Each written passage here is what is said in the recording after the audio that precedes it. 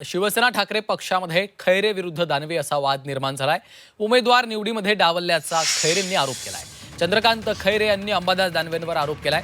अंबादास दानवे मनमानी करतायत असा आरोप त्यांनी केलाय। छत्रपती संभाजीनगरमध्ये शिवसेना उद्धव ठाकरे पक्षात अंबादास दानवे विरुद्ध चंद्रकांत खैरे या दोघांमधला संघर्ष उमेदवारीवरून उफाळून येण्याची शक्यता आहे। उमेदवारांची निवड करताना अंबादास दानवे यांनी मला डावललं, मला कोण उमेदवार आहेत याची माहिती दिली नाही, आज मी ती सामनामध्ये यादी वाचली, हे सगळं अंबादास दानवे ठरवून करतायत असा आरोप चंद्रकांत खैरेंनी केलाय।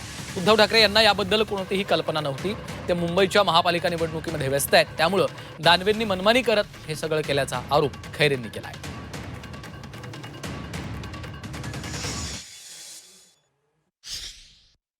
मला विचारलंच नाही अजिबात। मला ती यादी जी झाली ना, मी आज सामनात पाहिली, 99 लोकांची यादी झाली ती मी सामनात पाहिल्यानंतर मी पाहिलं की बाबा कोण कोण कसे उमेदवार दिले। आता या ठिकाणी इथे सगळ्या महिला बसल्या, या महिलांना तुम्हीच विचारा काय म्हणतात ते।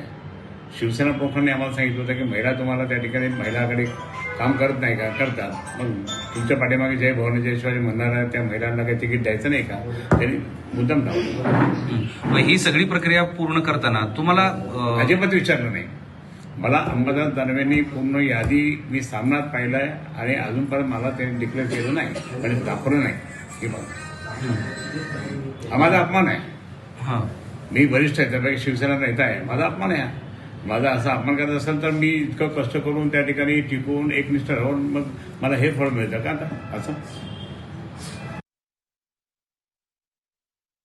मला असं वाटतं वेळ अतिशय कमी आहे। आता मीही खैरे साहेबांसारखंच कॅमेरासमोर बोलावं का नाही बोलावं असा माझ्या मनात नक्की प्रश्न आहे। पण ते 4 दिवसापूर्वीच खैरे साहेबांबरोबर आमचे जे त्या भागातले शहर प्रमुख आहेत त्यांनी 1 to 1 एक जागा निहाय चर्चा केलेली आहे। त्याच्यात त्यांनी काय सांगितलं त्याचं मार्क केलेल्या याद्या माझ्याकडे आहे आणि त्यांनी मार्क केलेले 99% अंमलबजावणी झालेली आहे।